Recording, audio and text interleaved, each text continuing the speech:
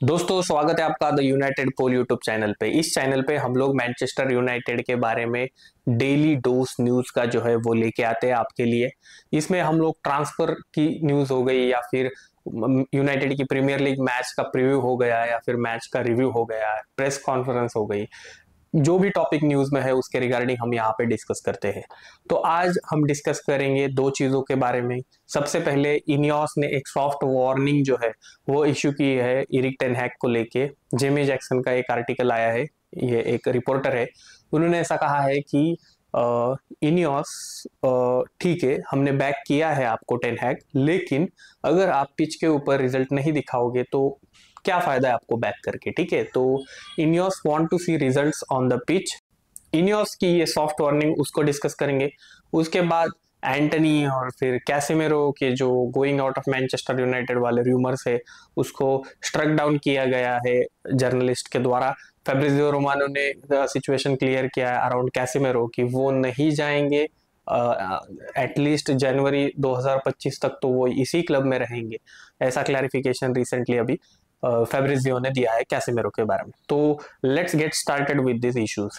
Ineos ने जो warning issue किया है, ये वार्निंग एक्चुअली मैं कह रहा हूँ, लेकिन इसका बैकग्राउंड हम थोड़ा समझते हैं। ठीक है, पहले 3 प्रीमियर लीग मैच, उसमें से 2 ऑलरेडी यूनाइटेड हार चुका है, और लिवरपूल के अगेंस्ट हम लोगों का ह्यूमिलिएशन हुआ है लिटरली, और उसके बाद एक 3-0 का उसमें से रिजल्ट यूनाइटेड के अगेंस्ट जो है वो गया था। तो Erik ten Hag has been backed by Omar Berrada, Dan Ashworth, जो स्ट्रक्चर इनियोस का है उनके द्वारा बैक किया गया है इरिक टेन हैग को। एक सिंपैथी भी है कि प्लेयर्स आर इंजर्ड और प्लेयर्स इंजरी के बाद वापस आएंगे, और वापस आने के बाद ये नई साइनिंग प्लस वापस आए हुए प्लेयर उनको इंटीग्रेट होके एक परफॉर्मेंस जो है वो दिखाने का चांस इरिक टेन हैग को अभी तक नहीं मिला है। प्लस अब ये अर्ली इनटू द सीजन है, आपको पता होगा सीजन के स्टार्ट के पहले ही, मुझे लगता है पहला मैच था उसके पहले ही इरिक टेन हैग ने ये कमेंट दिया था कि यूनाइटेड इज नॉट रेडी।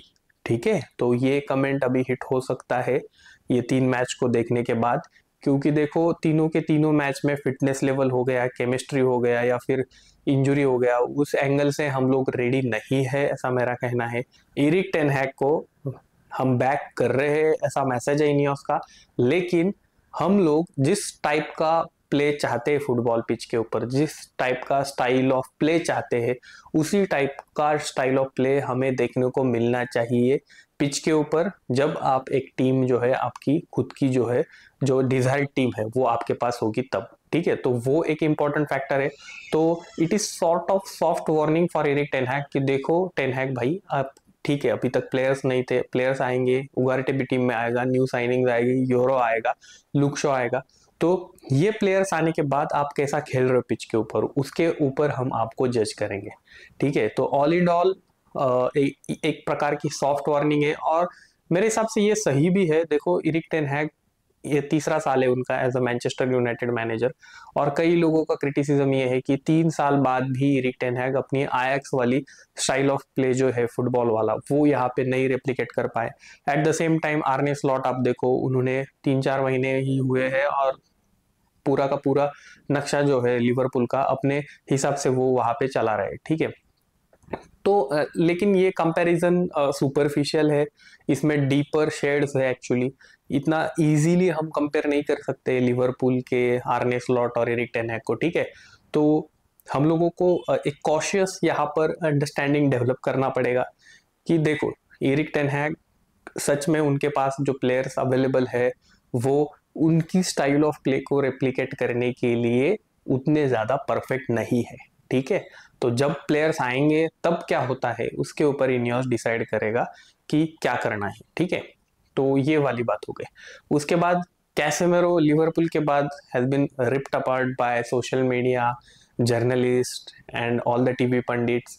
ठीक है, तो कैसेमेरो को लेके ये रूमर चल रहा था कि वो टर्की की लीग में जाएंगे, और टर्की का अभी भी ट्रांसफर विंडो ओपन है, लेकिन फैब्रिजियो ने अभी क्लैरिफिकेशन दिया है कि ऐसा कुछ भी नहीं है, दोनों क्लब में कोई कॉन्क्रीट टॉक्स नहीं है, जो भी होगा वो जनवरी 25 या फिर उसके बाद ही होगा। अभी तो कोई कैसेमेरो का भी प्लान नहीं है और दोनों क्लब का भी ऐसा कोई कॉन्क्रीट डिस्कशन नहीं चल रहा है। तो देखो दोस्तों, यहाँ पे दो सिनेरियो है कि कैसिमेरो के बिना अपना मिडफील्ड और कैसिमेरो के साथ अपना मिडफील्ड। अभी तो हम लोग, मुझे नहीं लगता है कोई मिडफील्डर साइन करेंगे, ऑलरेडी अपना ट्रांसफर विंडो क्लोज हो चुका है।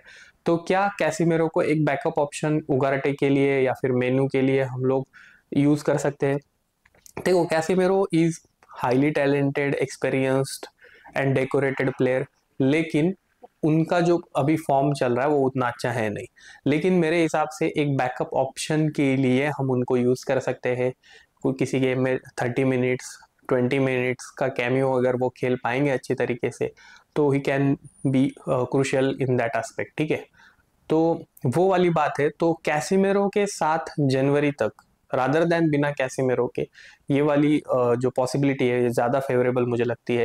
At the same time Antony का भी न्यूज चल रहा था कि एंटनी जाएंगे, लेकिन एंटनी का भी वो क्लैरिफिकेशन आ चुका है कि एंटनी लोन या फिर ट्रांसफर के बारे में नहीं सोच रहे, he is only focused on Manchester United.